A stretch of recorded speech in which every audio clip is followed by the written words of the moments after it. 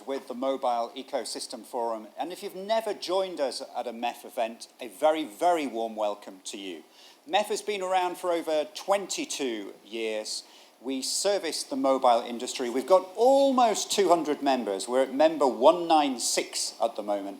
It gives me great pleasure to introduce and host this first session for MEF's Forum for Change. Now, moderating this panel is Kerry Gilder. Kerry is the Managing Director of Colt Technology Services. So, Kerry, a very warm welcome. And without further ado, I'll hand it over to you. Thank you very much. Thank you so much, James. Appreciate it. And thank you for all of you in the audience today, both virtual and live. We really appreciate you being here. We're excited about this panel today, and more importantly, we're excited about our partnership with the MEF. The GTWN, like MEF, has been around for 30 years, which is pretty incredible. This group of ladies and the ladies that have been in the past 30 years have really driven the culture of communications from generation to generation, enabling diversity, equity, inclusion, and really starting to drive the bridge of the digital divide. As we do that, we have each member working on different activities around the world, and they do that volunteering on their own time and also in their day jobs. And what we thought today is that you could hear a little bit from some of our members as to how they're driving the bridge of that divide.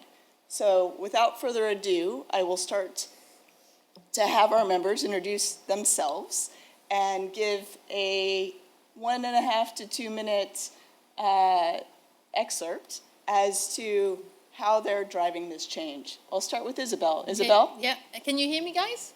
Yeah? Well, I'm Isabel Paradis. I'm president of Hot Telecom, and I'm also a troublemaker in the industry. And I'm all about acting, and let's stop talking, let's start acting. So I like to lead with example the best I can when I have time.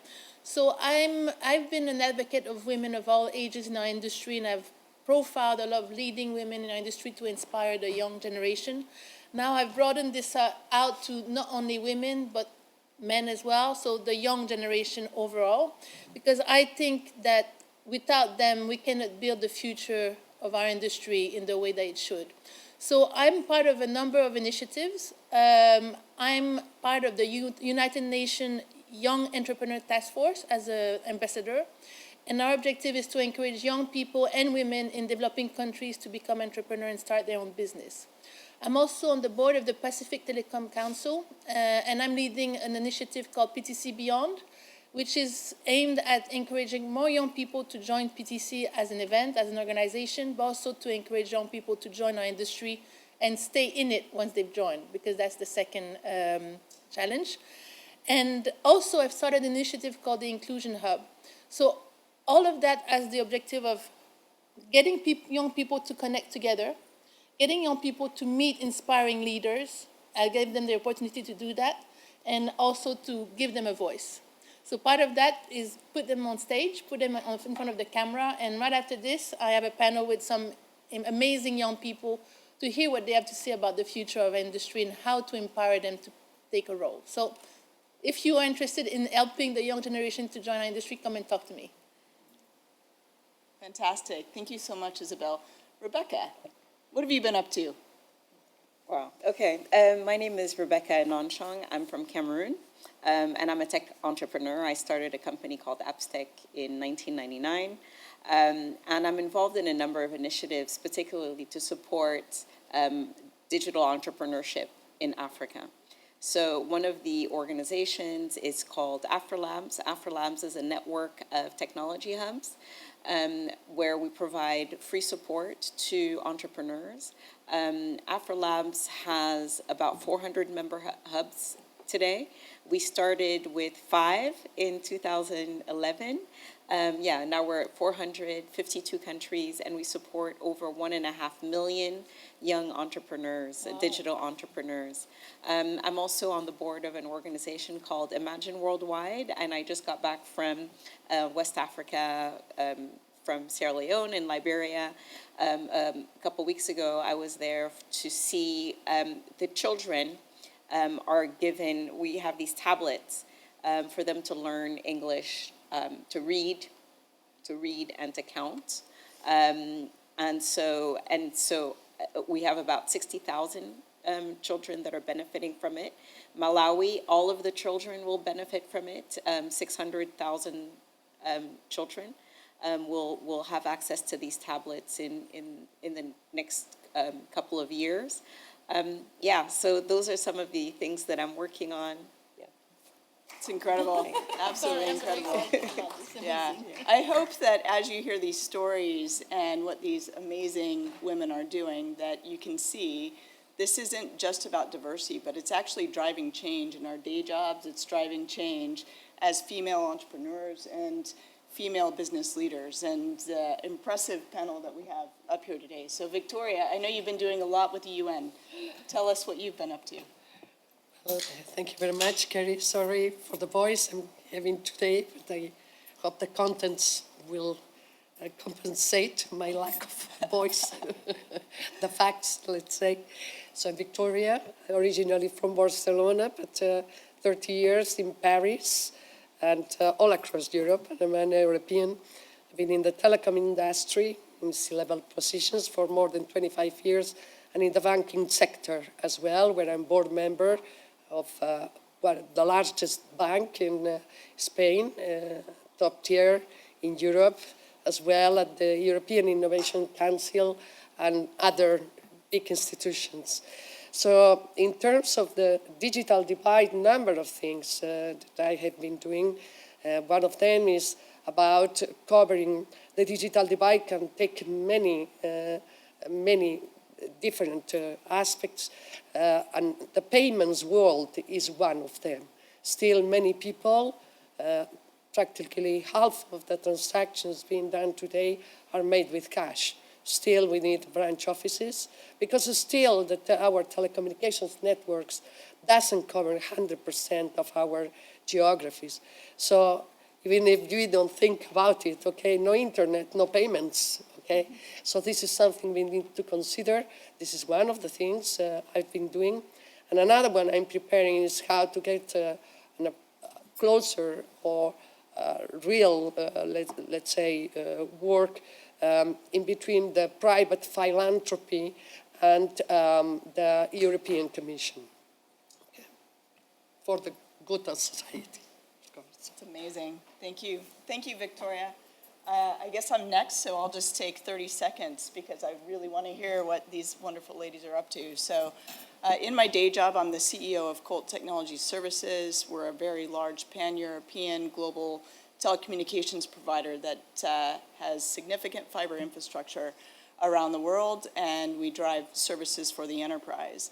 In the past couple of years, we've been really driving all levels of ESG, whether that be sustainability by having 2,000 laptops recycled and given to schools around the world, greening our vehicles 100%, or driving carbon reduction through putting green power to all of our colo locations, as well as removing a lot of our legacy equipment. And that has enabled us to get a 1% EcoVadis Platinum rating, which is only 1% of the companies worldwide, not just telecom, but everywhere actually have that rating. So we're pretty proud of that.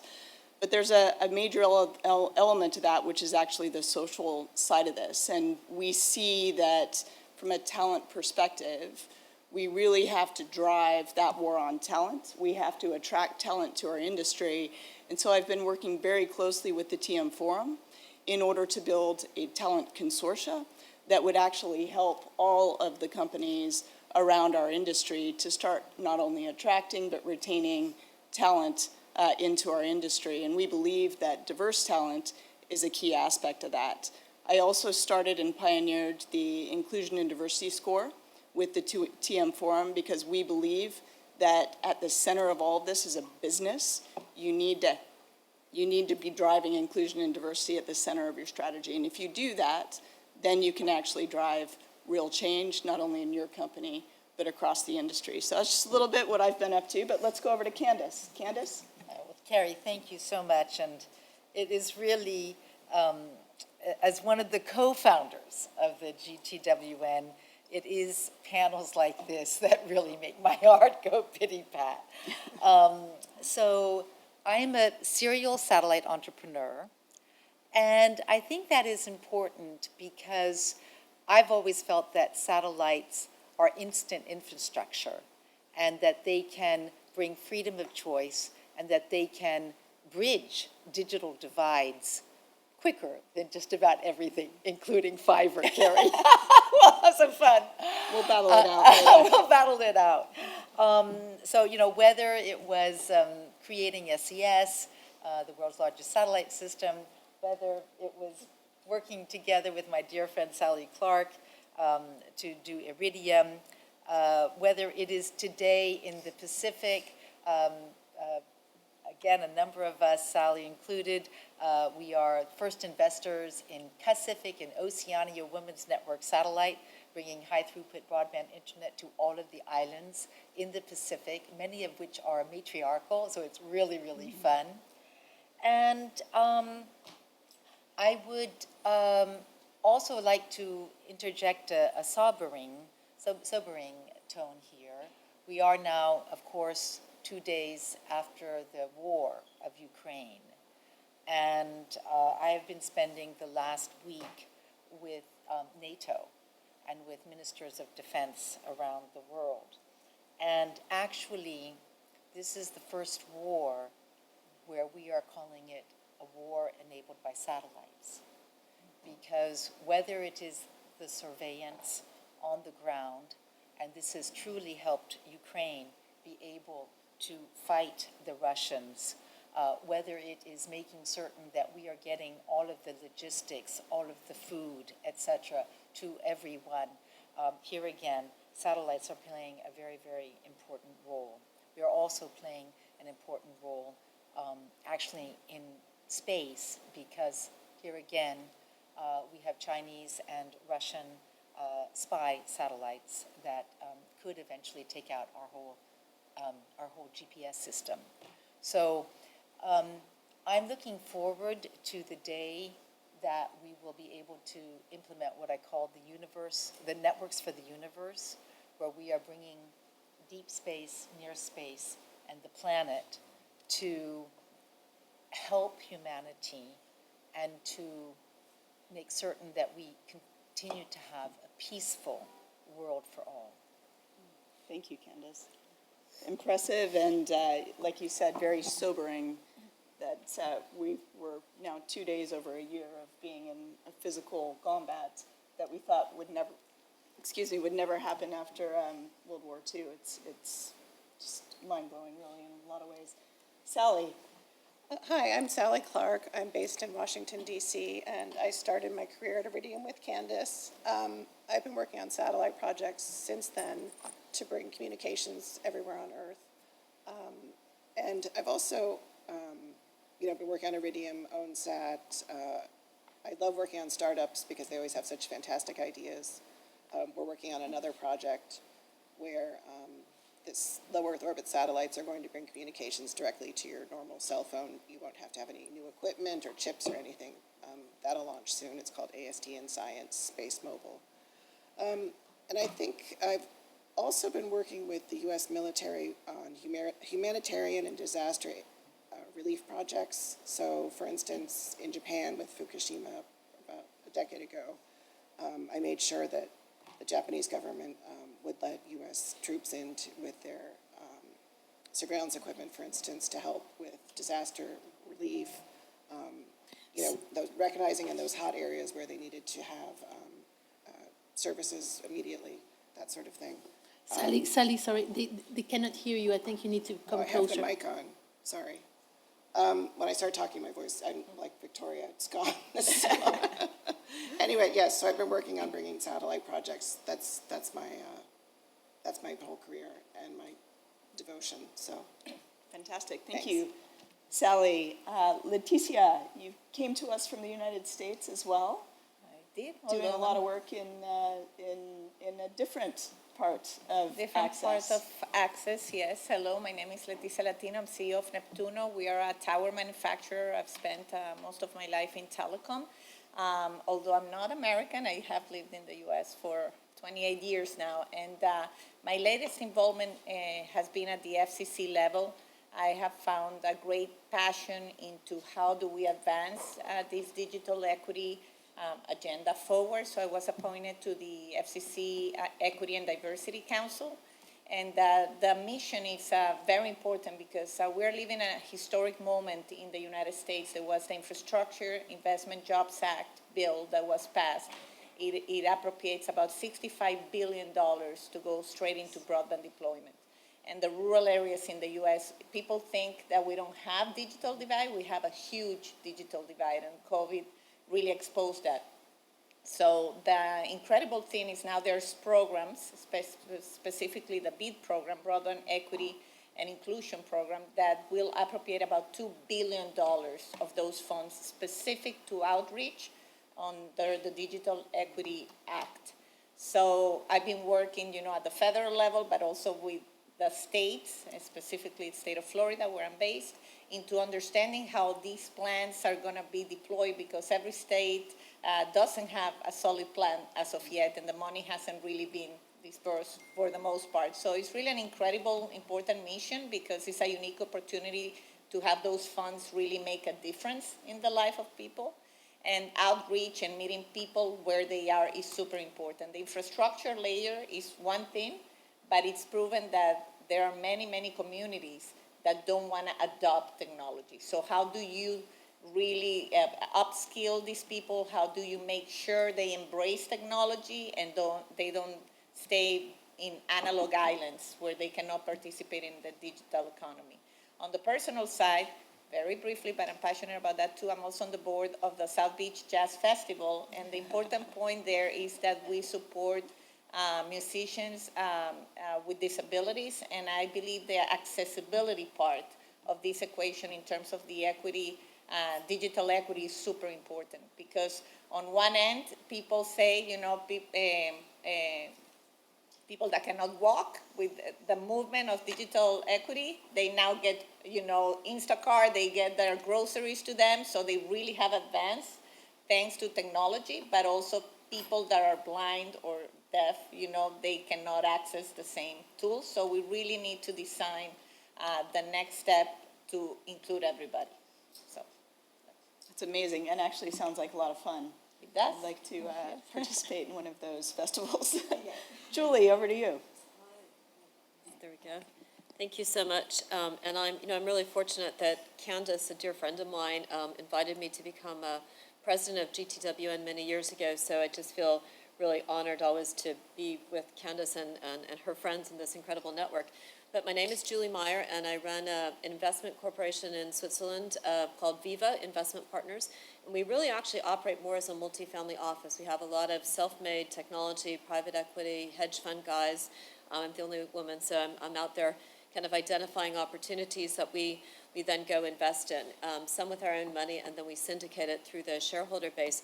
One of them is a company called Solaris Suborbital, which is sourcing space data, high definition video quality data at a fraction of what you can get with satellites, so we're doing that.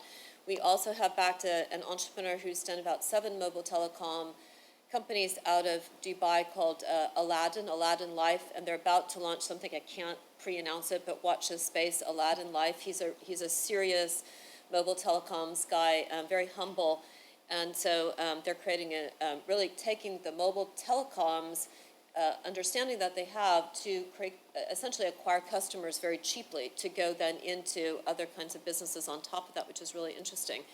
We have a unique way that we approach investment through, you could call it events, an events platform. The way I think of it is that our community drives the alpha. We use our community to basically do due diligence on the investments, and probably something I'm sure I've picked up from Candace along the years is that way of making the network matter, through the long-term relationships that actually enable us to do better transactions. And so we've taken our Follow the Entrepreneur FTE platform around the world into Africa with a wonderful woman by the name of Rachel Dumba. Rachel is, again, I can't pre-announce it, but she's joining one of the most important boards in the entire world. It's just breathtaking. She's a very serious businesswoman out of Uganda, Kampala, Uganda. So we're going into Africa with our investment platform. I started buying property in Kia, Greece. Kia is the first island, which is just south of the mainland, a couple years ago, and decided that I thought I would try to figure out how I could license a 5G, make a 5G license to enable really amazing connectivity in the Greek Cyclades. And there's a lot of complaining about the sustainability of tourism in the Greek islands right now, and what they really need is 12-month GDP. And so again, thinking about all of the, what I've learned from being a part of this network over the years is just that if you have connectivity, you can build on top of it. So what we're trying to do is to enable the Greek Cyclades, starting from our island, Kia, with connectivity that enables businesses to flourish in places, all of those wonderful 25 Greek Cyclades islands that can become a new home for telecoms-based or telecoms-enabled businesses. I think that's kind of it. So. Great. Thank you so much, Julie. That's, again, incredible work. It's amazing to hear just what's going on in different parts of the world and how each one of you, whether it's satellite, it's mobile, it's financial services, it's working with the WHO, are doing just amazing things to actually bridge this divide. So last but not least, for sure, Sarah, can you give us some insights into your world? Thank you very much, and I'm really grateful to be along such esteemed and well-accomplished women, and thanks to Candice for getting me as a mentee for GTWN. So I'm based in Islamabad, Pakistan, and personally, background, I've done my master's in IT, so I come from a very, very conservative background in Pakistan. So coming to STEM, and then, coming to telcos and connectivity, and, all this was something which is very new. And if I may say that I am the first female in my family who's into technology and IT. And I was a hardcore programmer when I started off my career. So then slowly moved to operations, and also now I'm leading the country engagement for GSMA in Pakistan. Our focus is to, obviously, while we support our members on policy and advocacy areas of concern, but there is one thing that is very close to my heart is the digital and financial inclusion of women. And after COVID, we have realized that has widened the gap. We are talking about digital gap and the gender gap. It has actually widened. And if we look at particularly in Pakistan, so the women are actually 33% less likely than men to own a smartphone. And even if they have a smartphone, they are 38% less likely than men to use mobile internet. So, what came across was that, in these areas which are more conservative, family disapproval is a top barrier. So, after COVID, you would have realized how much connectivity means to us. So we're trying to work very hard in Pakistan and in other similar areas as well, where, the connectivity should be established as a basic necessity when it comes to food, shelter, and water and everything. So connectivity is a basic one. And we've launched programs with different partners. We're working as an enabler in the market for public-private partnerships, whether it's to do with a digital skills learning program that the government has launched in collaboration with GSMA and the operators in the market to make sure that these women and also communities which are using mobile internet for the first time are enabled with proper skills to utilize them. And then, obviously they can convert into e-commerce opportunities moving forward. We're also working on e-health, e-education to target those communities. So in a nutshell, digital and financial inclusion is very close to my heart for women in Pakistan, but it's a pleasure to be around you women to learn more, which I can take back to my community as well and enable them more. So thank you very much for the opportunity. Fantastic. Thank you so much. Just some inspiring stories definitely here. I think we have 4 minutes. We could probably take maybe 1 or 2 questions if they're fast from the audience here, if anyone has any questions or would like to hear maybe 30 seconds more from any of the members. I do have one question. Hi, Please. it's James from MEF here. Hello. So my question, it's not just aimed at when it comes to younger people or women. It's a more generic question for technology and indeed any business. So much focus goes on hiring new people and getting them in. And my personal experience in my career has been that actually loyalty, I'm sorry to say it, but loyalty does not pay in terms of spending 5, 10, 15, 20 years with a company. Because it seems to be that those that come in new seem to get better pay and everything like that. So what is the GTWN, and what are you all doing in your own organisations to ensure that your attention, or your organisation's attention, isn't just on hiring the newest, the latest, the brightest, but actually looking after the fantastic personnel you have that are really cranking out some great work? So it's... Can I start quickly? Yeah. Please. I think it's a very good question, James, because I know I talk a lot about the young generation, but I'm as passionate about the young generation as the more experienced generation, because I think everyone has to be involved in the industry going forward to build it. And the more experienced generation, I was going to say old, but I didn't go there, they have so much to share with the younger generation and vice versa. So I'm as passionate about the more experienced generation as the young generation. I think it's important that we take that seriously. I see some companies that get rid of their amazing employees at 55, which I think is crazy because they have all this richness of experience. So I like to lead by example. So my CTO, so the person that works with me more on the technical side of my business, is 70 years old. He's been in the industry forever. He's amazing. He's not working full time because he wants to do other things. He's a professional photographer in his spare time, but he loves the industry, has a wealth of knowledge. So I keep him on because I'm very lucky to have him. But he has a lot to bring. So I think it's as important on each side to bring the young people in and to retain the older generation. All right, I think we have maybe 30 seconds, and then the panel's over. Go ahead, Rebecca. Well, I'm not that young, but I love working with young people because they inspire me. But in my company, my company's been around for 24 years now, and I have people that have been with me for 24 years. And so we've grown together. And I think that loyalty, for me, it's probably the most important thing. It's the most important criteria when I'm hiring. That's really fantastic to hear, because it's not just about getting the latest and brightest, whatever they might be, wherever they might be. It's about retaining great personnel. So thank you very much. So unfortunately, everybody in the audience, whether you're here with me in the room or live online, thank you very much indeed for joining us. And of course, this has been recorded, so people will be viewing and listening to this after the fact as well. So particularly warm welcome to you as well in the future. And Kerry, thanks to you and all your speakers here today for coming along to open up MEF's Forum for Change. Thank you very much. Thank you, and thank you for the MEF partnership.